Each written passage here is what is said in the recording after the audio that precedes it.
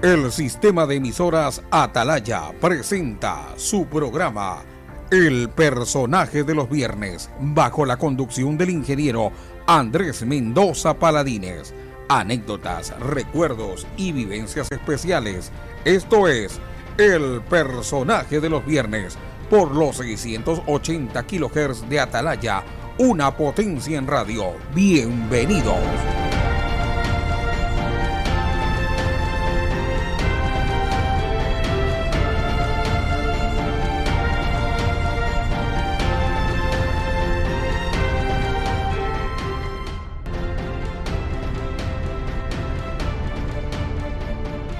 ¿Qué tal, amigos del Personaje del Viernes? Estamos en otra edición de este programa que hoy, por el feriado del 24 de mayo, tendrá no solo una edición muy especial, sino con un invitado, un personaje muy especial.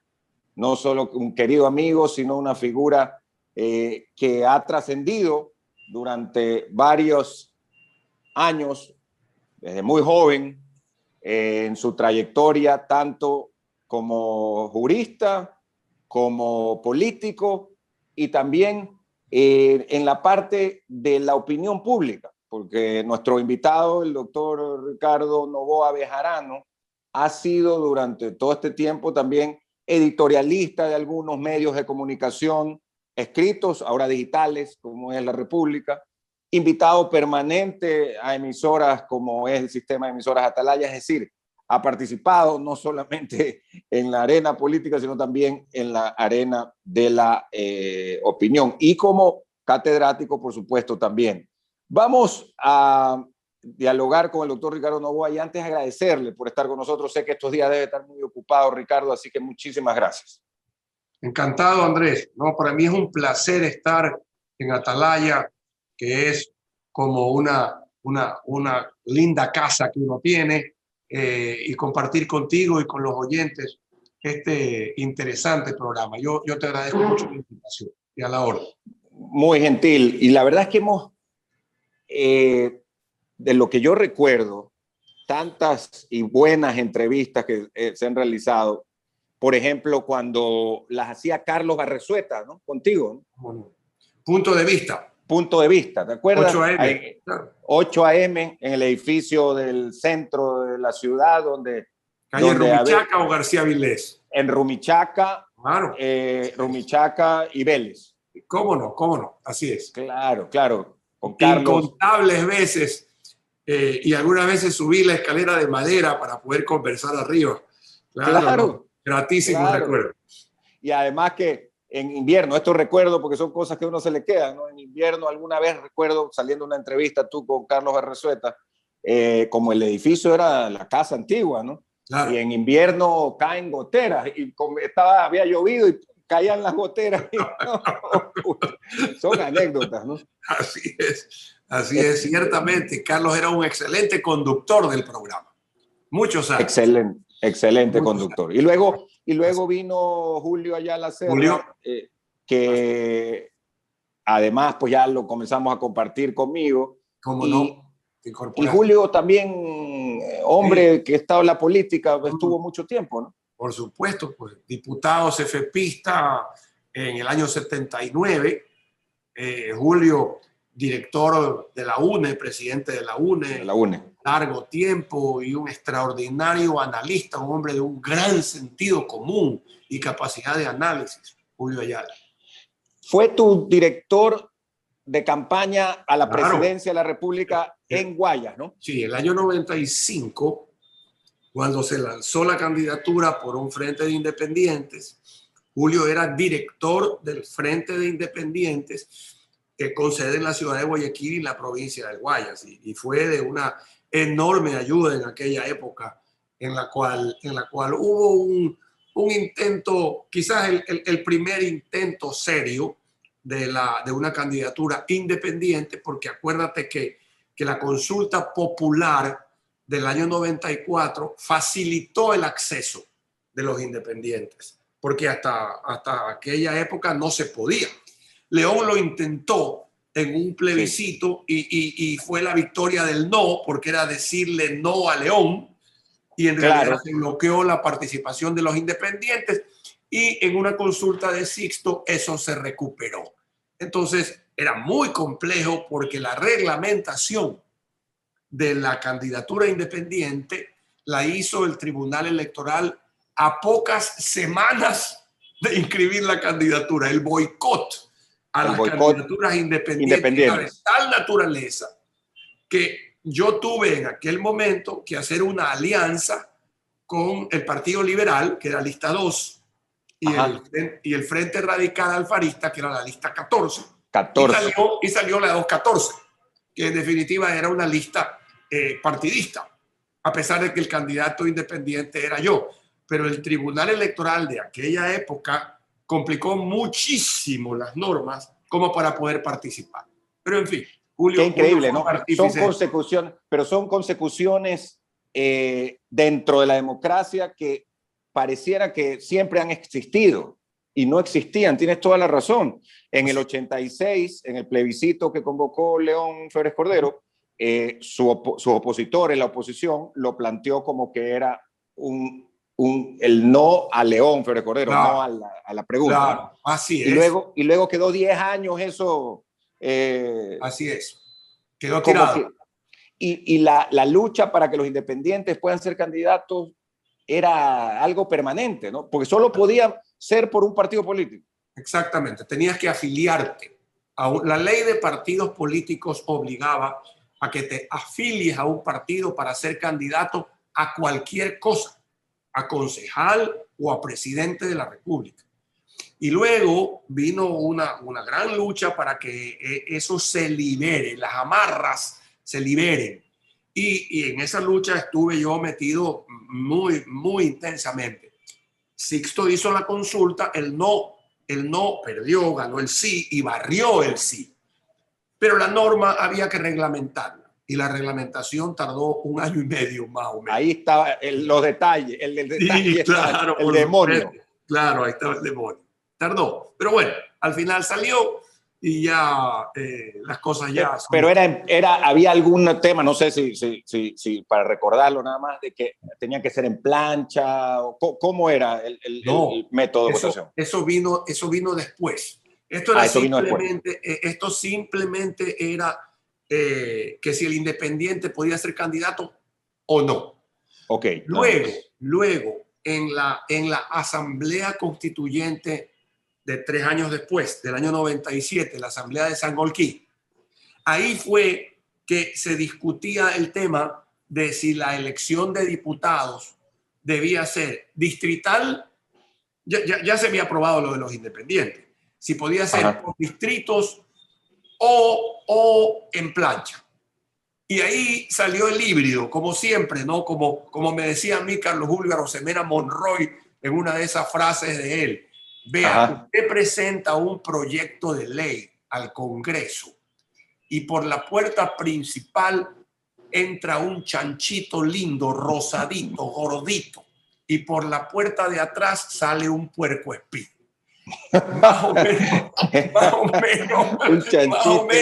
Sí. En el Congreso se transforma el chanchito en puercoespín. Entonces, en el tema del que tú anotas, la posición nuestra en la Asamblea de Sangolquí, que yo llegué como independiente. Yo rompí la plancha. Aquí ha habido, Andrés, 2 personas que hemos roto la plancha. Juan José Illingworth y yo. Claro, Juan José Illingworth. Candidatos independientes, Illingworth al Congreso en un momento y yo a la Asamblea de Sangolquí en el otro, que nos enfrentamos a los partidos en plancha. Y yo fui candidato con Joyce de Ginata, que fue segunda en la lista. José Santos Rodríguez, tercero en la lista. Y así conformamos una lista. El doctor José Santos Rodríguez, sí, claro. El tercero. Claro, notable jurista. El tercero. El tercero de la lista. Entonces, en esa... hombre de izquierda, ¿no? Claro, hombre de centro izquierda. De centro izquierda, muy sensato, alfarista. Muy cercano a mí en aquella época, a Joyce también, hicimos una buena lista de gente independiente que se llamaba Gente Nueva. Gente Nueva. Recuerdo. Eso Gente fue el año Nueva. 97, para ir a la asamblea. Uh-huh. Y ahí el único que llegó fui yo. Y llegaron 9. Por el sistema y por el tribunal electoral. Claro, sí. Y llegaron 9 socialcristianos. Eran 10. Eran 10. 9 socialcristianos y yo llegué arañando ahí a la asamblea. Y ahí se discutió en la asamblea el tema de los diputados distritales, que era nuestra propuesta. Okay. Y salió esto de la elección por listas o entre listas, que a ti se te permitía escoger al candidato. Entonces tú podías escoger un socialcristiano, uno de la izquierda democrática, un independiente, y eso es lo que se aprobó. Y así seguimos votando durante largo tiempo con este híbrido, porque lo ideal era el diputado distrital. Claro. Como en los Estados Unidos. Como ocurre en los Estados Unidos. Sí. En Inglaterra. Y esa elección es uninominal, porque de esa manera... Claro, y eso se votó en la asamblea. Y en la asamblea, la votación del diputado distrital en la asamblea del 97 ganó. Pero como se había retirado el bloque social cristiano de esa asamblea. Sí, claro. Fue una victoria, pero fue una victoria pírrica porque no pudimos implementarlo, ya que no había el número de votos suficientes. Los bloques de la sierra votaron. O sea, eso no pasó. No pasó porque no tuvimos votos suficientes. Si el bloque social cristiano hubiera estado allí, que era un bloque mayoritariamente costeño, y la tesis del diputado distrital era básicamente costeña, hubiéramos logrado que se apruebe. Y hoy en día los diputados responderían al elector a través de un distrito, y no como es ahora que volvimos a la plancha y realmente la gente ni siquiera sabe bien cuáles son sus diputados, ¿no? Esto Ricardo, ocurrió en aquella época. ¿Por qué era eminentemente costeño? ¿Por la cantidad de la población en la costa y por ser solo 5 provincias? Claro, porque si tú escoges por distritos, equilibra geográficamente el número de diputados, pues Andrés. No es que, claro, no es que hoy en día, y así era antiguamente también, 2 por provincia y 1 por cada X número de habitantes. Aquí, si tú escoges los diputados en razón de los distritos y pones 1 por provincia, porque el diputado 1 o 2 por provincia, eso es propio de los estados federales, no propio de las repúblicas unitarias. Así es. Así es. De Estados Unidos son 2 senadores por estado, qué sé yo, por cada 2. estado.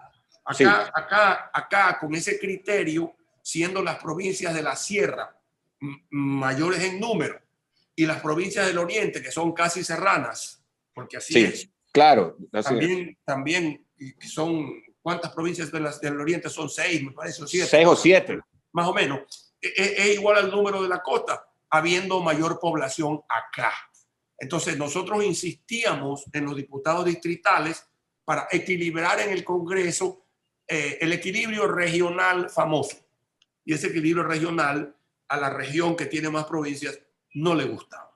Y entonces no pasó. Es que ese equilibrio regional al Congreso también se hubiera seguramente trasladado al equilibrio regional en muchas cosas de la legislación del país.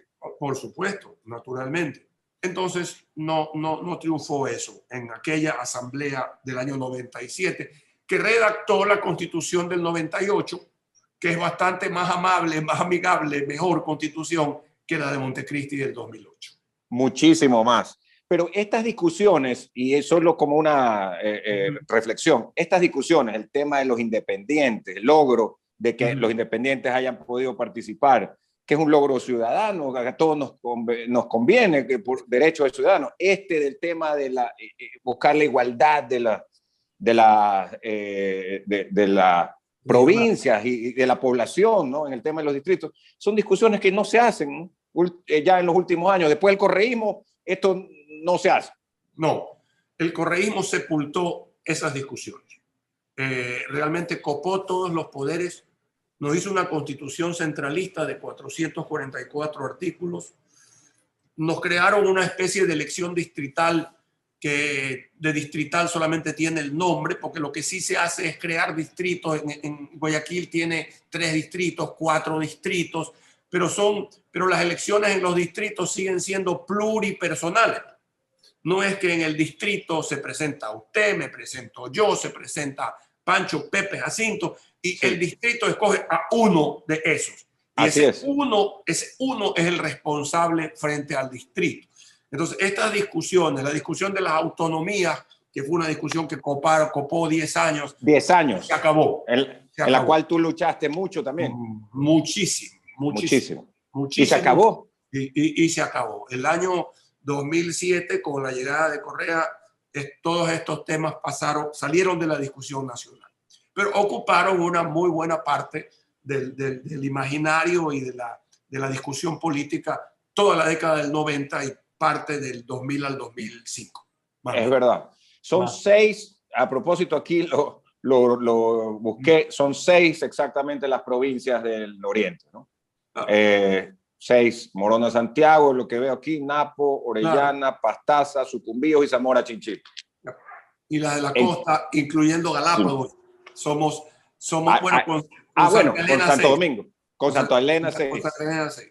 Y Galápagos es una provincia costeña porque es mar, pero es lejanísima realmente a los intereses. Y tiene más colonos que han venido de la sierra. Claro, por supuesto. Así es. Pero como tú dices, es muy lejana, ¿no? Entonces ese híbrido se dio. Yo quería aprovechar para los oyentes y para los que nos siguen también a través de las redes sociales, los que son más jóvenes, los y las. ¿Cómo empieza tu trayectoria en la parte política? Tú fuiste ministro a los 30 años en el gobierno de León. A ver, se inicia la carrera pública realmente el año 84, cuando León me designa subsecretario de Recursos Pesqueros. Ok. El año 84. El 10 de agosto, con Febres Cordero, yo comencé de subsecretario de Recursos Pesqueros, que era una subsecretaría que funcionaba a nivel nacional, pero en Guayaquil. Era la única subsecretaría con jurisdicción nacional que estaba en Guayaquil. Esa fue una lucha de los años 70 de algunos abogados guayaquileños, entre ellos el doctor Eduardo Castillo Barrero, que luchó mucho para que la subsecretaría de Pesca venga a Guayaquil, porque estaba en Quito. Entonces, en Quito, ¿qué se pesca en el Machángara? Casi nada. No, entonces, claro que... Entonces se la puso en Guayaquil. Yo fui subsecretario de Pesca. 2 años. El ministro con el que a mí me tocó trabajar fue Javier Neira Menéndez, que era ministro de Industrias. Y entonces, en esos 2 años en la subsecretaría de Pesca, Andrés, se hizo mucho. Ahí empezaron las vedas del cangrejo, del camarón y de la langosta, en un cuidado de la conservación de la especie. Y nos tocó... Claro, que era la época que se paró la producción camaronera en los 80. Exacto. Pero nos tocó también lidiar con el tema de la escasez de larvas. Hubo una gran escasez de larvas y ahí se dinamizaron los laboratorios de larvas. Pudimos, con ayuda de la Junta Bancaria, hacer líneas de crédito. El sector creció mucho en esos 2 años. Yo me retiré el 86 y renuncié. ¿A renunciar? Sí, yo renuncié para reintegrarme a mi vida privada. Pero 6 meses después de mi renuncia, Javier renunció al Ministerio de Industrias. Y León me volvió a llamar. Yo tenía 32 años cuando fui subsecretario y 35 cuando fui ministro de Industrias de León. Y ahí me quedé ya con León hasta el final. Yo fui ministro... ¿Y eras afiliado al Partido Social Cristiano o posterior? Porque después fuiste diputado. Era independiente. Cercano a León, muy cercano a Jaime Nebot en aquella época. En aquella época. Claro, porque era un grupo además de jóvenes guayaquileños, abogados. Así es, ¿no? Así es. Que estuvieron en la gobernación, subsecretarías, todo, ¿no? Así es, exacto. Aquí había un grupo de subsecretarios que eran jóvenes abogados. Guillermo Chan, en trabajo. Guillermo Chan. Roberto Hanse en industrias. Ok, Roberto. Roberto Vaquerizo Carbo en finanzas. Profesionales de primera. Sí, muy bueno, sí, sí, gracias a Dios, sí. Y Guillermo Chan después pasó a ser ministro. Claro, de trabajo, casi ¿no? que conmigo. Nosotros entramos al gabinete entre marzo y abril del 87. Entramos al gabinete, Guillermo Chan a trabajo, César Rodríguez Vaquerizo, mi buen amigo que falleció de COVID, ahora. Sí, qué lástima. Una extraordinaria persona. Extraordinario. Y yo. Y un empresario también extraordinario. Así es. Los tres entramos entre marzo y abril del 87 a trabajar con Febres Cordero. Claro, Guillermo y César fueron concejales de Guayaquil. Yo también, claro que sí. Yo también, pero me desafilié. Pero fuimos más o menos, la trayectoria fue bastante parecida. Y César y Guillermo se quedaron con León bastante tiempo de concejal. Y pero con Jaime Nebot también siguieron, sí, claro, siguieron siendo muy cercanos asesores, ¿no? Claro. Y Guillermo Chan fue vicealcalde de Jaime Nebot. Sí, Jaime, en el año 84 un poco nos reíamos porque Jaime decía que él era gobernador de la provincia y tenía su propio gabinete con estos subsecretarios. Con estos subsecretarios. Oye, que estos subsecretarios realmente teníamos un poder político y administrativo muy amplio, porque los ministros de Estado nos dejaban trabajar. A lo que tratamos de decir, nos dejaban trabajar. Es decir, Chan en trabajo, Hansen en industria, Vaquerizo Carbo en finanzas. Se me está escapando alguien que no me acuerdo en educación. César. Perdón, Abelardo García. Abelardo García era subsecretario de Educación. Entonces, claro. este era un gran grupo de gente de Guayaquil que trabajaba en un esquema muy descentralizado, realmente. Una cosa importante, descentralizado, y por otro lado, no como ahora que hay estas coordinaciones zonales que uno no sabe, que ni sabe, porque la una es entre Guayaquil, Durán y, no sé, y Daule. La otra es entre San Borondón, o sea, una confusión. Totalmente. Y una centralización tremenda. Así es. Correa recentralizó el país muchísimo. Muchísimo. Con una visión, como tú dices, absolutamente descentralizada. El año 90, Jaime Nebot se lanzó a la diputación. Ok. La diputación, me parece, con Vicente Arroa de segundo. Y ahí se hizo un respaldo muy amplio, muy importante, porque era un paso previo. En aquella época se decía que para ser presidente había que pasar por el Congreso. Era como una frase hecha de la política ecuatoriana. Okay. Y bueno, en cierta forma, eso es parte de una carrera, ¿no? Que vayas al Congreso, que vayas poco a poco, que subas a la presidencia por las escaleras y no en ascensor, como se decía en aquella época, ¿no? Después ya vino gente que dice, bueno, yo quiero ser presidente de la República de buenas a primeras, y hay unos candidatos que se lanzan de esa manera. Entonces, en 92, que fue candidato Nebot a la presidencia, que perdió con Sixto Durán Ballén, yo encabecé la lista del Guayas. Y ahí se continuó la carrera política. Y ahora sí afiliado, Andrés. Ahí sí afiliado. Ahí sí ya afiliado. Tenía que ser. O sea, 90 y 92. Ah, claro, era cada 2 años, ¿no? Se elegía cada 2 años. Los provinciales. Los provinciales. Entonces yo fui diputado del 92 al 94 en el Congreso Nacional de aquella época. Del 92 al 94, ahí se ha afiliado. Y luego pasa a la concejalía. ¿En qué año? En el mes de abril del año 94, yo había hecho en el Congreso un trabajo. Yo me dediqué full time al Congreso Nacional. Yo atendía en el Congreso de 9 de la mañana a 8 de la noche. Me mudé a Quito con mi familia. Con toda la familia. Todo el mundo se fue a Quito en el año 92. Del año 92 al año 94. Entonces yo trabajaba full en el Congreso. Febres Cordero me llamaba 9, 9 y media, yo estaba en el Congreso.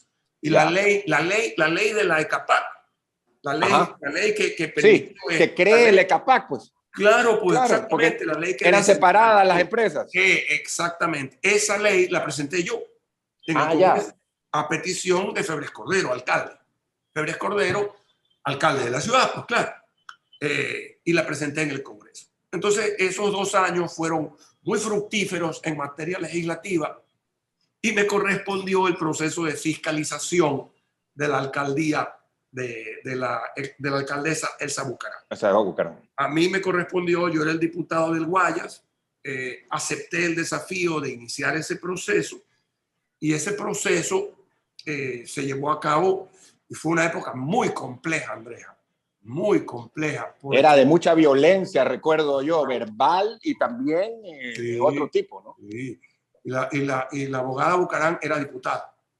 Ah, era diputada, ok. Y tenían su bloque importante, ¿no? Un bloque importante que se sentaba atrás del nuestro, ¿no? Ah, ya. Claro, y ahí es la época de los cenicerazos y todo. Bueno, claro, era esa la época. El cenicerazo Adajic, el cenicerazo fue me parece que en el Congreso del 90 al 92. Ah, en el previo. Claro, sí, ese fue el cenicerazo. Y bueno, ahí hubo que hacer el trabajo que correspondía hacer en la época. Con los años, algunos de los diputados roldosistas con los que yo me enfrentaba muy duramente en las sesiones del Congreso, porque eso es lo que correspondía hacer. Con los años, la amistad se restableció con Zurita, ¿no? Con Pepe Zurita, con Fernando Rosero. Establecimos una relación de amistad, pero en aquella época esto era muy complejo porque los dos partidos eran antagónicos.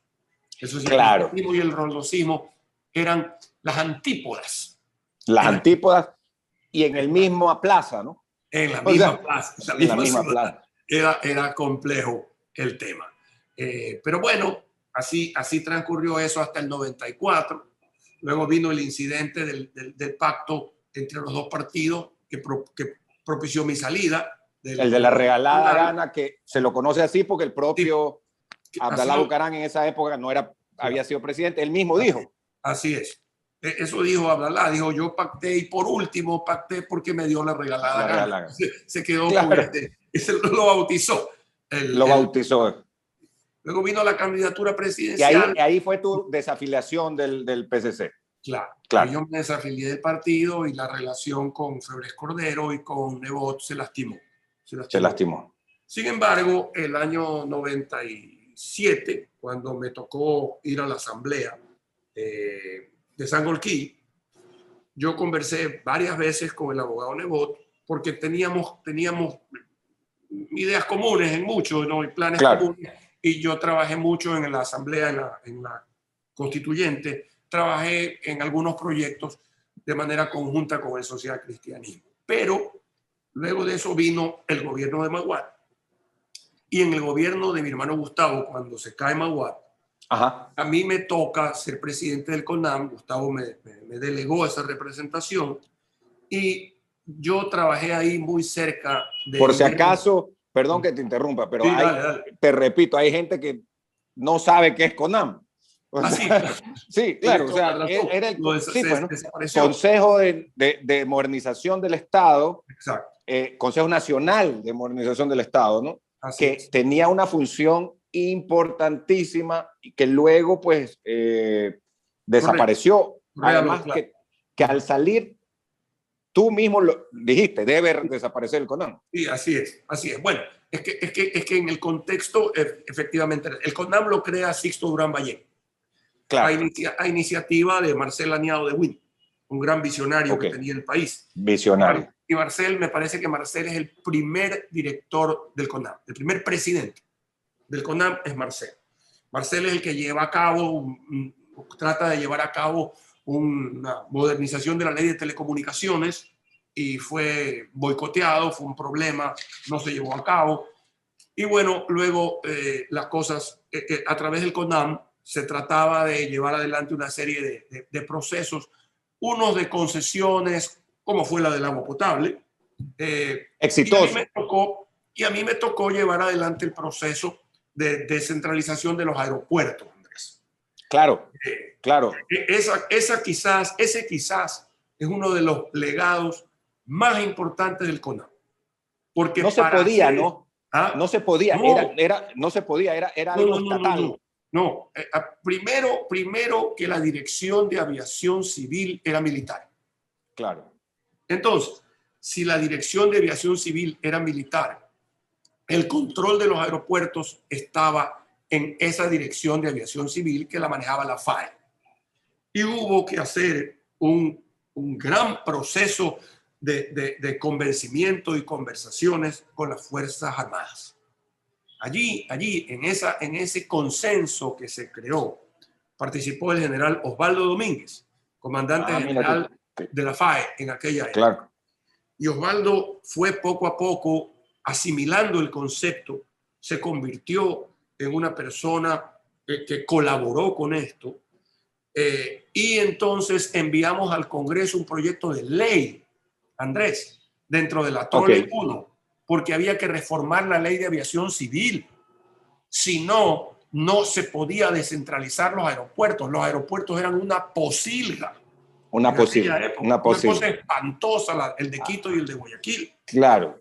Era la peor cara que le podíamos dar al mundo y también nacionalmente. Convencimos al Congreso. Y, perdón, era la Trole 2, no la Trole 1. La Trole 2. La Trole 2. Esa ley era una gran ley de modernización. Y como siempre, chocó con las estructuras políticas de la época. Y la mitad de la ley me la tumbó el Tribunal de Garantías Constitucionales. Pero la izquierda democrática y el Partido Social Cristiano, que tenían en Paco Moncayo, el alcalde de Quito, y tenían a León Febres Cordero como alcalde de Guayaquil, apoyaron. En otras cosas no nos apoyaron y tumbaron la ley, pero en eso sí apoyaron. Y en eso sí. Sí. Y la reforma a la ley de aviación civil se quedó y pasó. Esa permitía descentralizar los aeropuertos. Entonces ahí mis conversaciones con Nebot eran unas conversaciones diarias, casi diarias. Y muy porque cordiales. Justo tocó la transición de alcaldía. Sí, sale León. Exacto. Y entra Nebot en el 2000. Tocó la transición. Y Nebot encarga a Ricardo Palau y a Guillermo Chan Durango, a nuestro Chan, les encarga, y nosotros hacemos toda la coordinación para que se puedan implementar los decretos ejecutivos, descentralizando el manejo del aeropuerto de Quito a la alcaldía de Quito y el de Guayaquil a la alcaldía de Guayaquil. Una tarea de romanos. Hubo que levantar titánica, ladrillo a ladrillo, conversaciones permanentes y gran paciencia, porque a veces se nos caía el proyecto y luego recuperábamos el proyecto. Al final, Gustavo firma los decretos, se hace la delegación. Claro, el respaldo político del presidente era vital, ¿no? Era vital. Y se hizo. Y ahí tienes a los aeropuertos. Magníficos aeropuertos. Esos aeropuertos nacen de la Trole 2. Si no había Trole 2, no había aeropuertos. Y si no había este consenso con la Fuerza Aérea que te acabo de mencionar, seguiríamos discutiendo el tema de los aeropuertos. Entonces, este CONAM, al que tanta gente critica, para decirte el tema del agua potable, que también se concesionó aquí a Guayaquil, ¿no, verdad? A Guayaquil, que tampoco existía porque el servicio del agua potable era un desastre hasta esa época. Exactamente. Entonces, esa concesión más esta concesión de los aeropuertos fueron logros muy significativos dentro de todo ese proceso. La institución luego, en la parte telefónica y eléctrica, sí, hubo muchas dificultades por los intereses políticos. Entonces, claro, cuando yo salí del CONAM, yo dije, en la parte de concesiones, casi todo está listo, está hecho. Las de las carreteras se permiten a través de la ley que ya permitía la concesión de carreteras. Y está visto que la venta de acciones al sector privado, parcialmente en telefonía y en electricidad, no se puede hacer. No hay consenso en el país para esto, no hay facilidades, se utiliza la función judicial. Que desaparezca nomás el CONAM porque no tiene razón de ser. Ya no tiene. Sí, 5 años después Correa me hizo caso y lo suspendió. Pero en su época era, oye Andrés, era un tanque de pensamiento importante. Los procesos de descentralización avanzaron muchísimo. El director era Félix González Rubio, Claro, que Félix, hizo Licho. muchísimo en consultas en el exterior, se trajo técnicos bolivianos, técnicos españoles, avanzamos muchísimo en el tema, llegando incluso a presentarle al Congreso la pregunta para poder reformar la Constitución en el tema autonomías. Claro, eso vino del propio CONAM. Claro, del que CONAM. tenía justamente... Así es. Y que estudiaron el modelo español, el modelo alemán, el modelo de acá de Argentina, de México, de lugares federales o con autonomía. Así es. Y esto, y ya ahí ya hubo una serie de problemas, porque efectivamente este modelo autonómico chocaba muchísimo. El doctor Rodrigo Borja, por ejemplo, dijo que íbamos a tener 22 republiquetas. Ese fue el eslogan con el cual se encabezó una oposición muy fuerte, que también Fuerzas Armadas habló con el presidente Noboa en aquella época. Había grupos también. Tampoco es que en Guayaquil todo el mundo estaba de acuerdo con él. Había grupos aquí en Guayaquil que tampoco. Así es. Entonces no se hizo la consulta popular para reformar la nacional no se la hizo. Se habían hecho las provinciales, que era la simple pregunta de si estás de acuerdo o no, pero ya la reglamentación no se logró hacer. O sea, a lo que ahí queda claro es que el CONAM elabora, para hacer la pregunta, tiene que haber elaborado el proyecto. Y el proyecto que llevaba la parte jurídica, administrativa, financiera, de cómo iba a funcionar esta autonomía. Me imagino que ese era el kit del asunto. Era mucho más simple, Andrés. En aquella época, de acuerdo a la Constitución, tú podías consultarle al pueblo los textos del artículo. Ya. Entonces, lo que mandamos al Congreso de la época fue el texto de un artículo que decía que como parte del modelo de Estado, el pueblo estaba dispuesto o no a aprobar el modelo autonómico. Esa pregunta se mandó al Congreso y durmió, hasta que un día se despertó.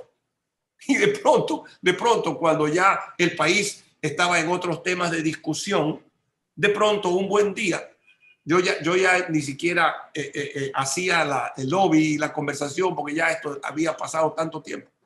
Un día aprobó el Congreso. El Congreso aprobó la pregunta. Y ahí ya nos encontrábamos ante la necesidad de que la pregunta se apruebe en consulta. Que sea convocada o no. Y ahí se vino una discusión nacional sumamente compleja, muy compleja, sobre todo en la sierra. Ya el tiempo había pasado y el presidente Noboa decidió no hacer la consulta.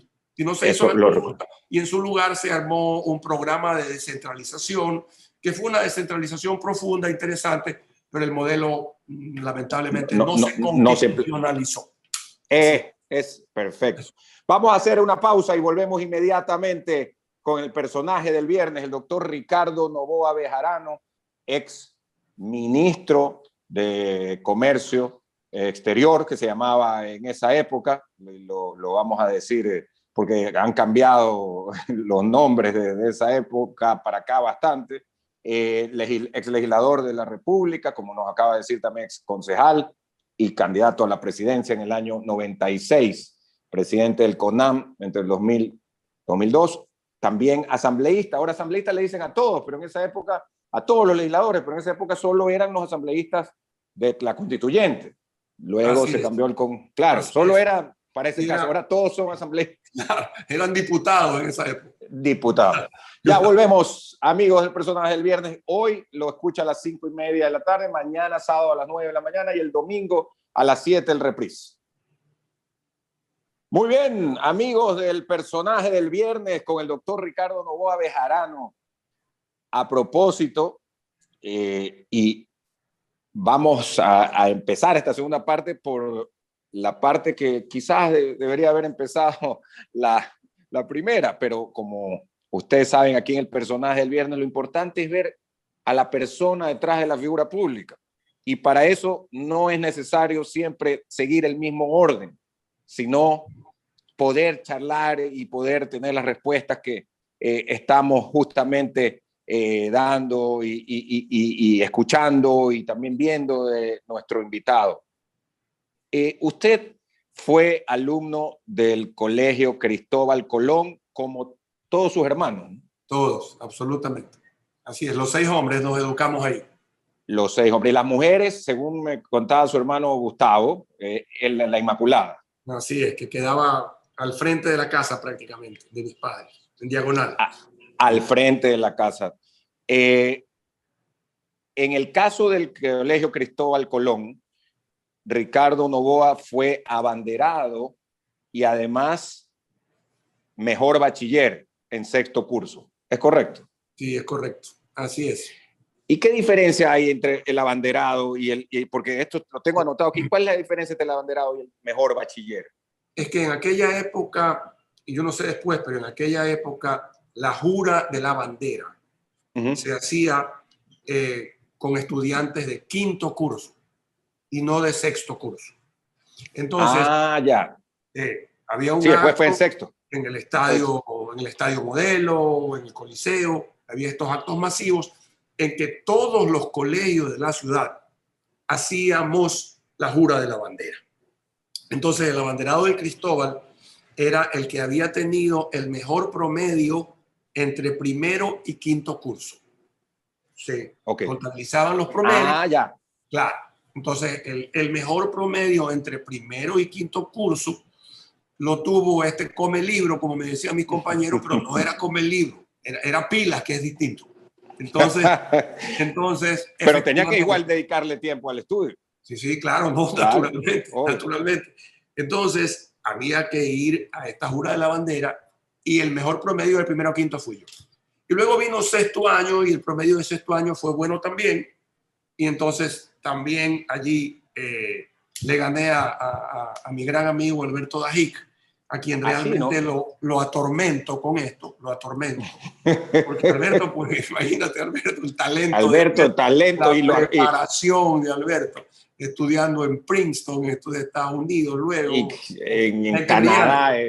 Mente brillante, pero fue mi escolta en el Colegio Cristóbal Colón. O sea, en el Cristóbal. Y luego en el 6º curso también fue segundo. Le gané también, claro, también. Claro, él sostiene que como yo era filósofo social. Eso iba a decir, de sociales. Sí, lo que yo tenía era que estudiar a Homero, la Ilíada y la historia, y él tenía que hacer las ecuaciones y era más fácil equivocarse. Pero eso no es culpa mía. Él decidió hacer eso y yo decidí hacer lo otro. Y entonces claro. Sí, le gané también en el promedio en 6º año. Así que. Ya. O sea que con eso lo atormenta. Alberto Dajic. Sí, y Juan José Illingworth, que se enteró y que es molestoso, Juan José Illingworth también lo molesta Alberto con este tema, porque le dice, tú fuiste escolta de Novoa, o sea, fue placé, hablando en términos hípicos. Placé, claro. Así es. Y en el colegio, bueno, yo sé que te gusta mucho el tenis y hemos jugado mucho tenis, pero ¿qué otro deporte hacías? Bueno, en ese momento, porque en el Colegio Cristóbal Colón no hay cancha de tenis. No, pues no. En esa época lo que jugábamos era fútbol. Fútbol, en la cancha de cemento. En la cancha de cemento, imagínate tú. El Cristóbal tenía una cancha de cemento y al frente había una cancha de tierra, donde salías, aparte de inmundo, te caías y era peor que en cemento prácticamente, la cancha de tierra, una cancha grande. Entonces jugábamos en los 2 patios. Y ahí jugábamos todos, ¿no? Malos y buenos. Entonces, había ocasiones en que nosotros entrábamos a clase, tuvimos largo tiempo doble jornada, Andrés. Entonces, regresábamos a la casa en primaria y hasta 2º año. Regresábamos a la casa a almorzar. Y luego volvíamos al colegio a las 2:30 de la tarde. ¿Hasta qué hora? Entonces, hasta las 4:30. Era doble jornada. Tú tenías clase de 8 a 1, te ibas a la casa, regresabas a 2:30 y a las 4:30 terminaba la jornada. Entonces íbamos al Cristóbal. Pero ha de haber dado ganas de ya no regresar, ¿no? Ha de haber dado ganas de ya quedarse en la casa. Teníamos esas ganas, pero nuestros padres no tenían esas ganas. ganas. Claro. No compartían esas ganas. No compartían. No compartían. Había muchos compañeros que se quedaban en el colegio porque era muy complicado regresar para volver a retornar. Hasta sus casas. Pero era un gran programa ir al colegio, almorzar rápido, ir al colegio a la 1:30 de la tarde y jugar fútbol en el patio de 1:30 a 2:30. Entonces, Ya. Claro, y si llegabas a la cancha a la 1:30, jugabas con cancha despejada. A las 2:15 de la tarde, 2:10 de la tarde, en ese patio había 2.000 personas. Y jugábamos, todos. No, entonces aprendimos a driblear allí. Claro. En ese patio con 2.000 personas, jugábamos fútbol, oye, y lográbamos identificarnos uno a otro para poder pasarnos la pelota en medio de la gente que estaba caminando ahí o jugando básquet. Había partidos de básquet también. Ahí mismo jugábamos en el sentido, llamémoslo, en el sentido horizontal, y en el sentido vertical había 3 canchas de básquet. Entonces esto era una cosa, pero una melee, un lío espantoso. Claro. Un lío espantoso, porque los mayores te pateaban la pelota, era difícil jugar, pero así se jugaba. Y aprendimos a jugar pelota allí. A driblear. A driblear. Y yo jugaba fútbol todos los santos días. Llegaba a clase a las 2:30, que había un profesor, que es el doctor Vasco, decía, pero ¿por qué llegan a la clase sudados, cochosos? Por favor, no jueguen pelota a la 1:30. No tuvo ningún eco. No tuvo eco. Encima, colegio de varones. De varones. Porque quizás en cuarto, quinto curso, si fuera mixto, sí, ya comienza uno a cuidarse porque las chicas están ahí. ¿No? Pero colegio de varones sigue jugando. Claro. Y también cuando hubo ya la jornada única, en que entrábamos al colegio a las 8 y salíamos a las 1:30 y ya no regresábamos de tarde, bueno, ahí disminuyó muchísimo el deporte practicado en la cancha de cemento, porque solo lo podías practicar en los recreos que había en la mañana. Pero a la larga fue mucho más conveniente tener una sola jornada que la doble jornada, ¿no? La doble jornada sí era demasiado cansada para la gente. Eso claro que sí. Claro que sí. Y luego en la Universidad Católica Santiago de Guayaquil te graduaste con summa cum laude como doctor en jurisprudencia en el año 82, ¿no? Sí, en el año 77. El año 82 perdón, 77. Sí, el año 82 fue la tesis doctoral. En aquella época nos graduábamos de abogados. Y punto. Ok.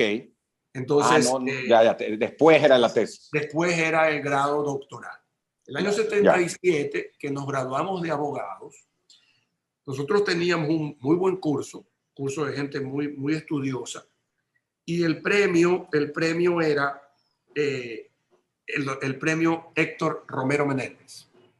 Ese premio no lo gané yo, lo ganó la doctora Marta Zorrilla Mendoza, una gran estudiante, una gran mujer. Gran estudiante. Y segundos empatamos en el promedio a escasos puntos de Marta. Empatamos el doctor Roberto Hanse y yo. Empatamos. Ya, ok. Entonces fuimos los con segundos, quienes son muy buenos amigos. Grandes amigos, así es, grandes amigos de la época universitaria. Entonces ahí el segundo era el que daba el discurso a nombre de los compañeros.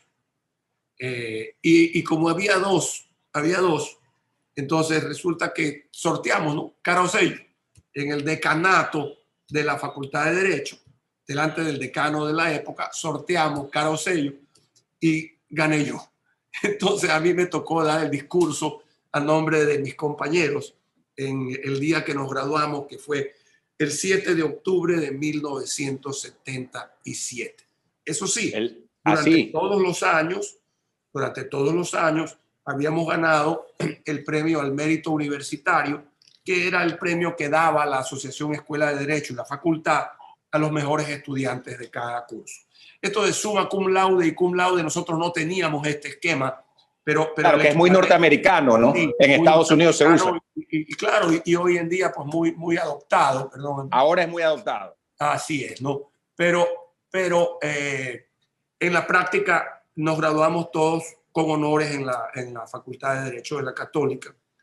Y una vez que yo me gradué, yo recuerdo que casi que 3 días después entré a dar clases.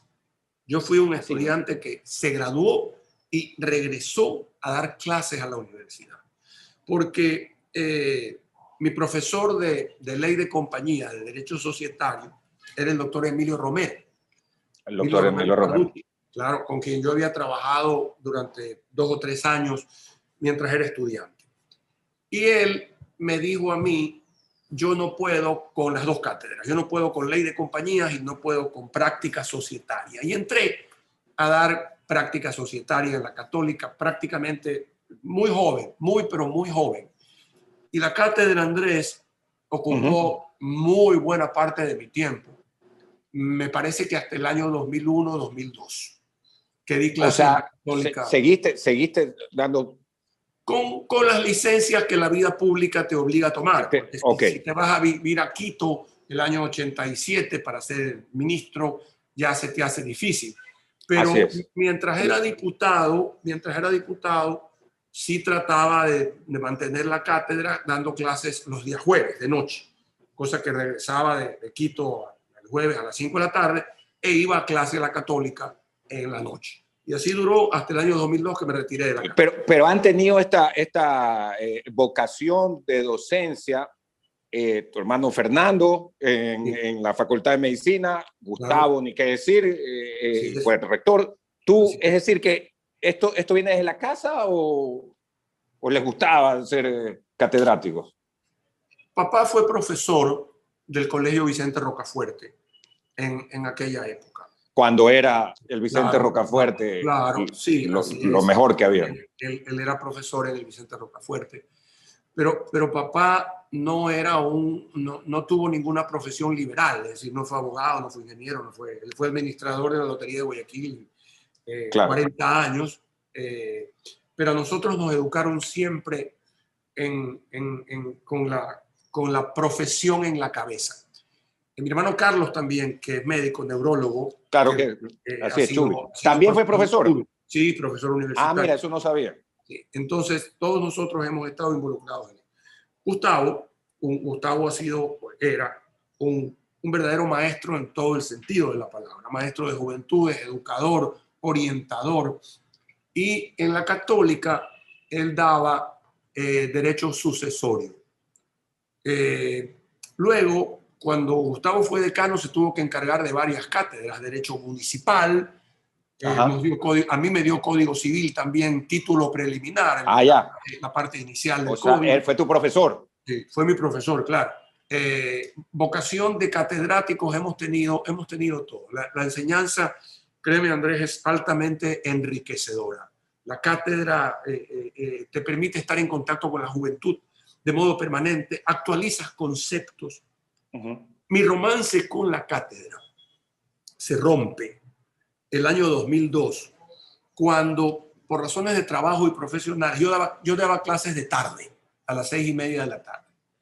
Y iba a la Católica y viraba para meterme en la avenida Carlos Julio Rosemena, viraba allí en la curva para meterme a la Católica.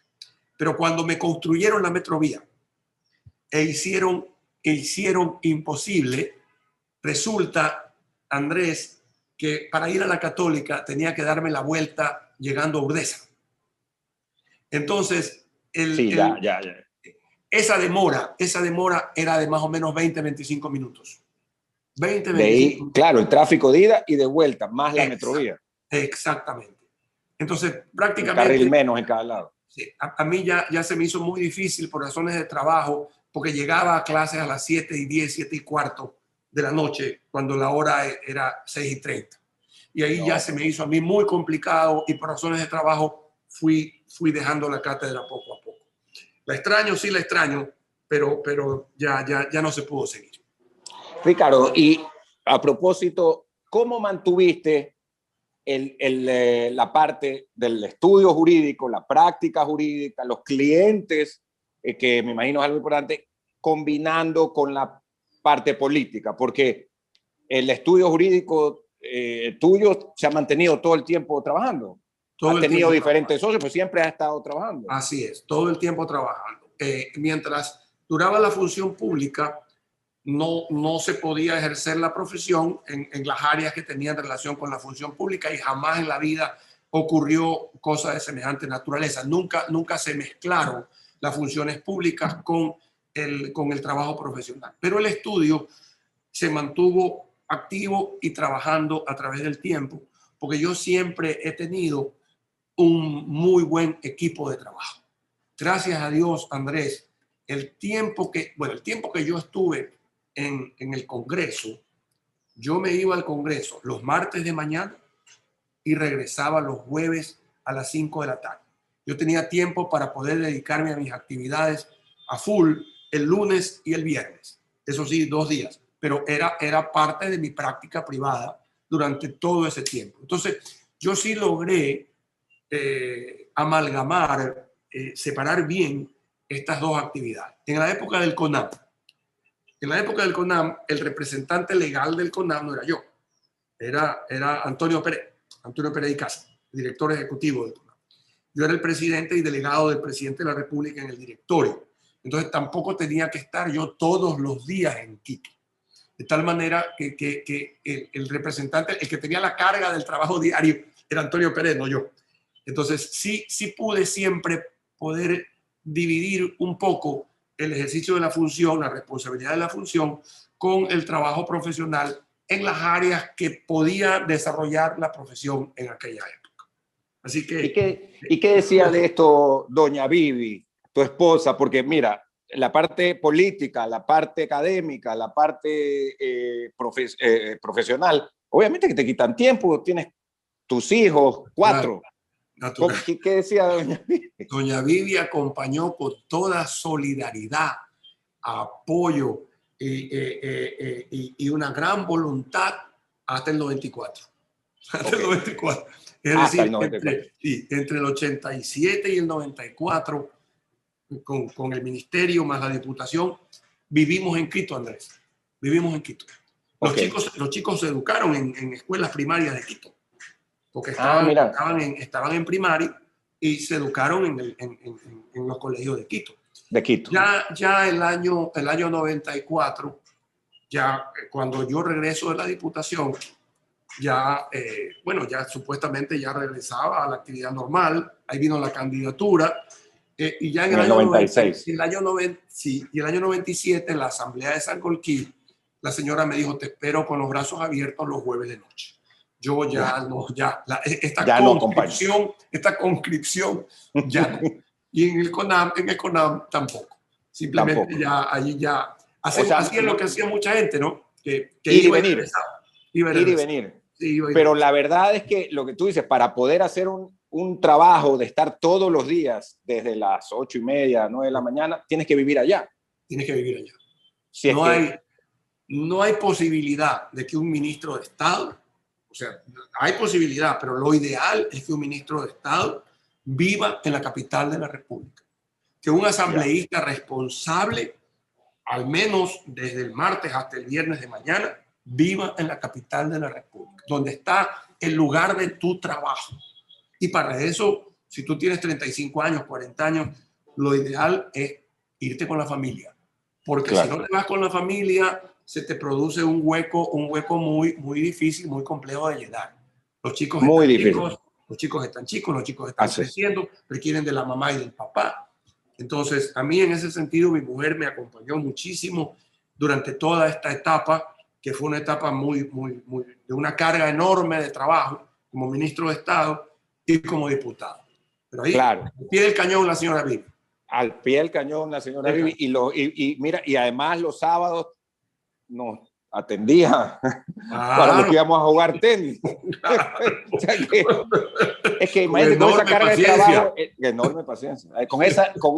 Con esa carga de trabajo y de estrés, el tema del deporte es clave.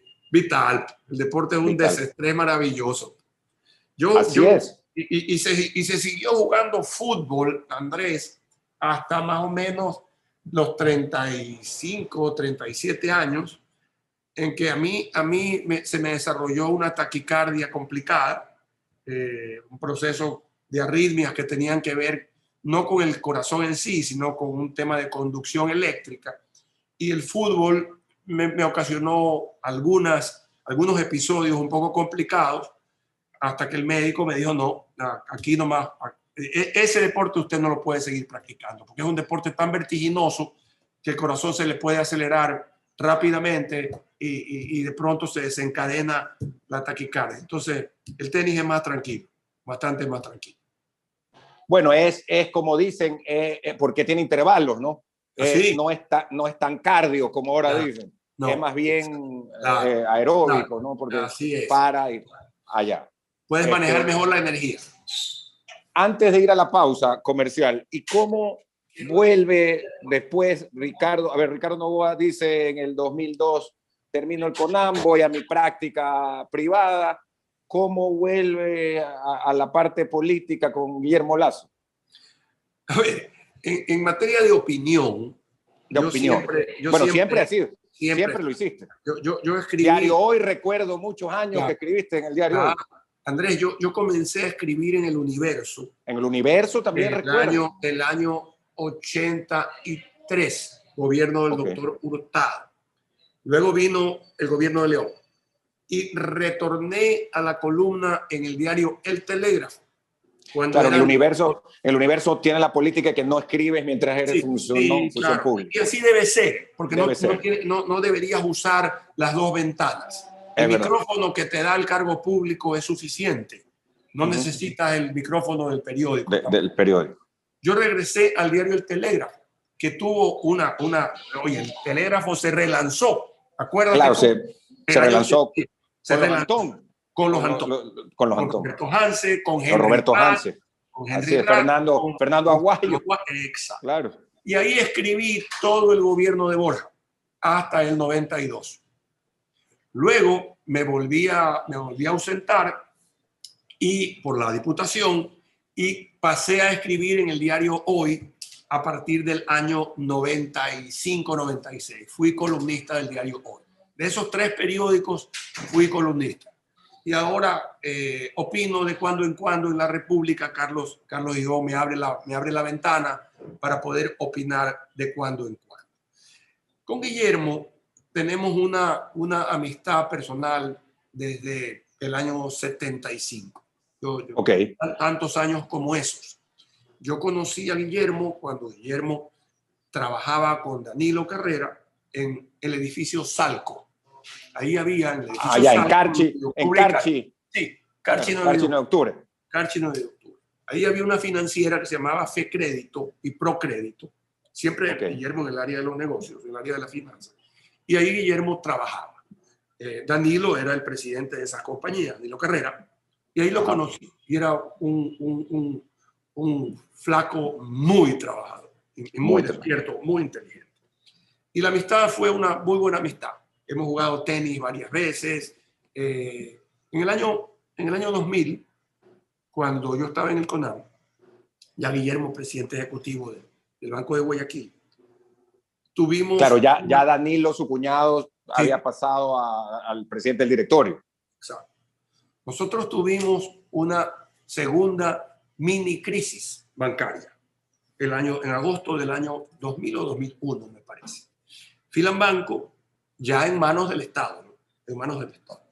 Cuando se toma la decisión de fusionar Filambanco con Previsora, se produce una situación muy compleja por la gran cantidad de pasivos que tenía Previsora. Y allí los depositantes se sintieron muy nerviosos. Y en esa época, en el gobierno, tuvimos varias reuniones con el sistema financiero, con la banca. Y puedo decirte, Andrés, que la banca respondió extraordinariamente bien. Y dentro de esa respuesta, Guillermo Lasso y Fidel Egas, los dos, tuvieron un enorme protagonismo. Y o sea, el Banco de Guayaquil y el Banco de Pichincha. Sí, sí. Son dos principales. Esos fueron los bancos que un sábado de agosto del año 2001, me parece, se hicieron cargo de todos los depositantes del Filambanco público, del Filambanco estatal, hasta $3,000. Que la gente se puso tan nerviosa que podíamos tener una corrida bancaria aquel lunes siguiente, porque las reuniones la crisis se produjo la semana anterior. Tuvimos unas reuniones en un sábado en el Hotel Hilton Colón, y aquí se les dijo, Yoyo Gallardo, ministro de Finanzas, yo presidente del CONAM, y se le dijo a la banca, o ustedes ayudan o tenemos otra corrida y otra crisis bancaria este lunes. De proporciones que no se podían calcular, pues no. No se podía calcular. Otra devastación bancaria en el Ecuador. Y quienes se pusieron la carga al hombro, la mochila al hombro, fueron Guillermo Lasso y Fidel Legas, con la colaboración del gobierno, lo que se podía. Ellos recibieron a todos los depositantes ese día lunes de menos de $3,000, que eran el 90%. El 90%. 90%. Aquí no hubo cierrapuertas ni nada, no. Aquí simplemente la gente comprobó que la plata que estaba en Filambanco público ese viernes, el lunes ya podía retirarla de Guayaquil o Pichincha. Esta fue la cosa. Sin problema. Y ¿sabes qué, Andrés? Nadie retiró. La gente se quedó contenta y tranquila. Enorme cantidad de ciudadanos se quedaron en el Guayaquil y en el Pichincha. Allá no hubo corrida, entonces. No, cero corrida. Esa fue una actitud muy valiente de esos dos presidentes de banca que, entendiendo el gran drama, dijeron vamos a ponernos esta mochila y vamos a enfrentar el tema. Y luego bueno, eso realmente para nosotros fue un gran gesto y el gobierno estabilizó las cosas en esa materia. Y yo pude aquilatar ahí mucho más la valía de Guillermo Lasso. Luego Guillermo incursionó en la política desde el 2000, en la primera elección del 2013, pero incursionó en el 2010. Y yo siempre he respaldado, siempre desde el 2010. Yo he votado por Guillermo 3 veces. 3 veces en las primeras vueltas, y también cuando ha habido segunda vuelta he votado por Guillermo. En las dos segundas vueltas. Esta es una gran admiración y una cercanía a este amigo de muchos años. Y confío mucho en él y creo que él puede hacer un excelente gobierno. Pero vayamos un poquito antes del 2010. Guillermo Lasso también te tenía a ti como abogado, ¿no? Bueno, sí. El abogado de Guillermo personal fue Andrés Crespo. Andrés Crespo Reinberg. Sí. Gran brillante. Un estratega, un hombre. Sí. Y Andrés tuvo un lamentable accidente. Recuerdo. Que Andrés falleció hace 2 años o algo por el estilo. Tuvo un lamentable accidente y Andrés se quedó inutilizado. Ahí entré yo a trabajar en el banco. Y sí, efectivamente, he sido consultor del banco cada vez que el banco me ha necesitado durante todo este tiempo, ¿no? Durante todo este tiempo. Entonces, muy cercano. El vicepresidente jurídico del banco es Juan Fernando Novoa, sobrino carnal. Tu sobrino. Muy capaz. Él es realmente el abogado del día a día. El abogado del día a día. Que tiene el gran peso de llevar las cosas del banco. Yo soy un consultor externo y lo soy desde hace mucho tiempo. Y doy fe que es una institución extraordinariamente eficiente. Sin duda. Y sólida, ¿no? Eso es verdad. Sí. Ricardo, yo veía, y con esto vamos a terminar porque el tiempo para ti se viene encima y también para nosotros, pero sí quería comprometerte, a una segunda parte del programa. Porque hemos quedado cortos. Ya hemos quedado cortos. Hemos quedado cortos. Lo hacemos, no hay problema, encantado. Gracias. Y segundo, estaba releyendo una frase de Winston Churchill, que tiene unas frases extraordinarias, que decía que el hombre que ha tenido enemigos es porque alguna vez ha defendido una idea en su vida, o porque ha defendido, como quiera traducirla, o porque ha defendido ideas en su vida. Te digo esto porque en tu caso, siendo una persona tan agradable y caballeroso, te ha tocado asimismo unas buenas Como, como nos decía hace un rato el tema del Partido Rolosista, aquí veía casos con otros, como Vicente Estrada u otros.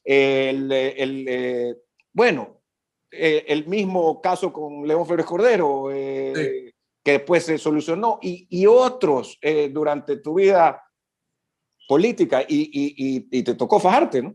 Sí, ha tocado fajarse. A medida que van pasando los años, uno va virando las páginas, ¿no? Va virando las páginas, va contemplando con otros ojos algunas situaciones del pasado.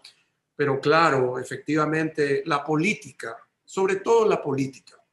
Sí es generadora de importantes distanciamientos. Porque en el Ecuador la política se vuelve muy personal. Es decir, si tú tienes una diferencia con alguien en lo político, es fácil tornarlo personal. Y al tornarlo personal, entonces ya empiezas a tener distanciamientos de otra naturaleza. Claro, llegó un momento, Andrés, como corolario, y está bien para poderlo conversar después, llegó un momento en el cual yo en la ciudad de Guayaquil estaba enemistado con León Febres Cordero y con Abdalá Bucaram. Y con Abdalá Bucaram. Casi que no había acera donde cruzar. Entonces era las dos aceras más estaban ocupadas. Y si caminabas por el centro te podían atropellar. Entonces realmente fue una época compleja. Pero bueno, cuando uno defiende las ideas, efectivamente yo defendía una idea, sí hubo que enfrentar ese tipo de situaciones. El tiempo fue pasando y eso puede ser materia de otro programa. Va a ser materia de otro programa, porque en efecto, es algo interesantísimo. Este 24, el día lunes, se posesiona el nuevo presidente de la República, el nuevo vicepresidente y más tarde su gabinete. Algo que tú nos dijiste y nos confesaste aquí en Atalaya hace más de un mes, solo para reiterarlo, no será parte de este gobierno, Ricardo Noboa Bejarano. Ningún cargo público. No, ningún cargo público. Hay una serie de razones que hacen que sea muy difícil entrar en un cargo público. Ya regresar a Quito ya es complicadísimo. Claro. Aparte de que yo pienso que Guillermo va a integrar un equipo joven, técnico distinto. Eso está bien. Sí, extraordinariamente bien. Creo que va a tener un muy buen gabinete, alejado de las políticas pasadas. Creo que esa oxigenación le viene muy bien al país. El presidente me tendrá la orden para cualquier opinión, pero... De acuerdo. Gracias al doctor Ricardo Noboa Bejarano. Un abrazo. Gracias a ti, hermano, en casa. Un abrazo y a toda la casa de Atalaya, ¿no? Muy gentil. Ya lo van ellos a escuchar y lo van a ver, así que van a recibir tu saludo. Listo. Nos vamos a la pausa y regresamos en el personaje del viernes.